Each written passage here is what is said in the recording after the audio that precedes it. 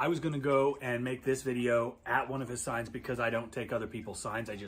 I'm opposed to it. I think that's kind of a crappy way to do business. Like, there's plenty of space to put your sign, so don't steal somebody else's because somebody's going to steal yours and you're not going to like it. So, if you're thinking about starting a pressure washing business, but you want to learn more about the equipment, mixing chemicals, how to clean every surface on a residential job site, property protection, and much, much more, check out the How to Wash course. It'll be the first link in the comment section and the description. all right, I made 2 videos about Bandit signs. One was all about my signs, where I put them, why they work. The other video was one that I never put on YouTube because I thought it was too good. I thought the information was way too valuable and I was going to keep it for myself or possibly put it in my How to Get Customers training. I did share it with the folks in the inner circle, but I never put it out here for mass consumption until today. So I'm going to play that here in a couple seconds, so stay tuned. But I've been using Bandit signs for a really long time, as long as I've been in business, and that's like 21 years now. I'm an old person. They are a great source of lead flow. My signs are designed with purpose. There is definitely a formula that I have found that works. Unfortunately, Bandit signs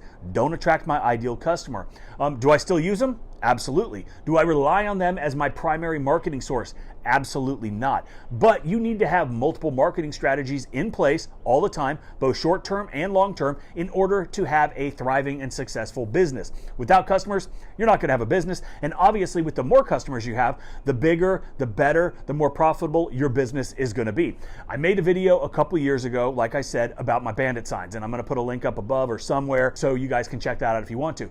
But it goes over the things that I do in order to get the phone to ring. Now, I know that there will be some people that talk smack about that tactic that I use or the pricing strategies, all of that, but I don't really care what you have to say. It's not your business, it's mine. You do you, I'm gonna do me. If you don't like it, leave a comment and tell me why.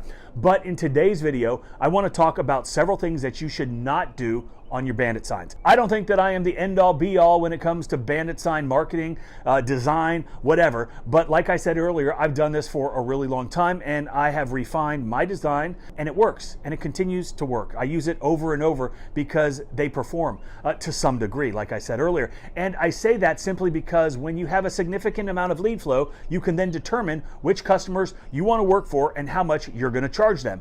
If things are really slow, then you might be willing to take on some smaller homes, maybe some less profitable business. But notice I didn't say break even or not profitable. Every job has to be profitable or we don't do it. Honestly, I would rather have my guys cleaning out the trucks, organizing the trailers or the shop than out washing just to stay busy. Washing to stay busy is for losers. Don't be a loser. So spend your time where it actually matters and that can have the most impact on your business and your bottom line. Working for free is not it. So you have to understand your pricing, your cost structure, your business, so you can know if you're in the red or you're in the black. Okay, enough about that. Let's get into the things to avoid when you're looking at designing your Bandit signs. So let's look at the video that I didn't want to share with you earlier. All right, so I do want to talk about Bandit signs once again. And I was driving down the road yesterday. It was on a Sunday evening, and someone had put out like 8 signs right in a row down the main strip that's going into ultimately my neighborhood, but passes probably, I don't know, 10 other neighborhoods as you're driving up this road. The road's probably 2 miles long. And in theory, he had the right idea, right? Except there was no stopping points. So he just had them at random stopping, at random places in the median. It wasn't a good look. The other component of it was, and let me preface all this by saying I was going to go and make this video at one of his signs because I don't take other people's signs. I'm opposed to it. I think that's kind of a crappy way to do business. Like, there's plenty of space to put your sign, so don't steal somebody else's because somebody's going to steal yours and you're not going to like it. So that's my 2 cents on that. Regardless, I know the guy that's the property manager who handles that for the plantation, or the HOA for this plantation, and he's a buddy. So I called him, or I sent him a text, and I'm going to show it to you right here. And I was like, hey, did you take up all those signs that were on Berwick Boulevard? And he's like, I didn't. My guy probably did. And I was like, oh, well, I wanted to make a video. And he's like, they're at the golf course, probably in the dumpster if they're not on his little buggy that he drives around. So I went up to the golf course, as you can see here. I did do that because I wanted to make this video for you guys. So, and I blocked out the dude's information because obviously he's not watching, otherwise he'd have better signs, but that's neither here nor there. So this is the sign, okay? White background, which is great. Orange, I've never seen that before, and it's, you know, it looks good like right up close, but when you're driving down the road and it's this far away, it's incredibly hard to differentiate the colors. So that's why color is so important, right? And then the other component of this is it's just crazy busy. Now, he has a call to action on this to some degree, right? It just says $99. Okay, there's nothing saying what, like, if he can do this stuff for $99, if he can wash a roof for $99, I'm going to call him and subcontract out all of my $1,200, $1,500 roof washes and pay him $99, and I'm going to make a ton of money.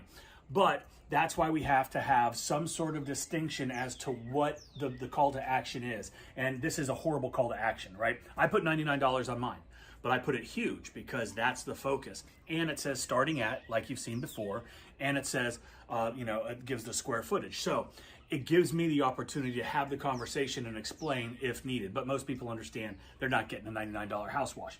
Anyway, he's got a lot going on, right? And like we've talked about, you want to have a good, you know, like this is good if it was twice as big and up bigger.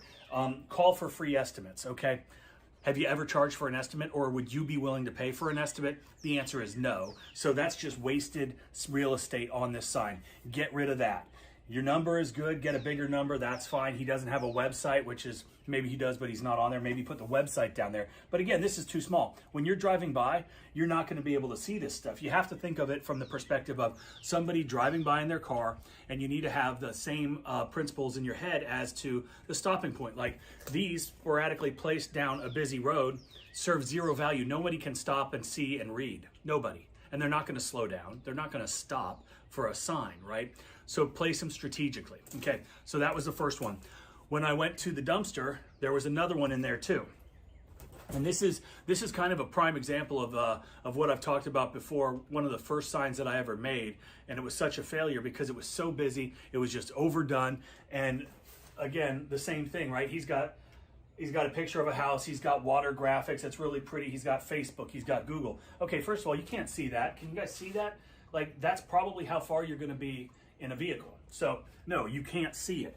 He's got his lists of things, but like, again, it all kind of blends in, and it's not as stark and as drastic as, say, a black and a white, or a red and a white, or yellow and black, right? Don't try to recreate the real. Now, he's got his logo, or not his logo, but his company name up here, which is good, but it's so small. I mean, you can see, and then his website is even smaller, right? I left the .com so you could see how small it is, and you're not going to be able to read that. No way.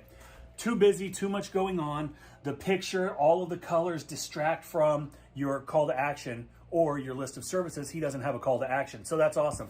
Hey, I do this stuff.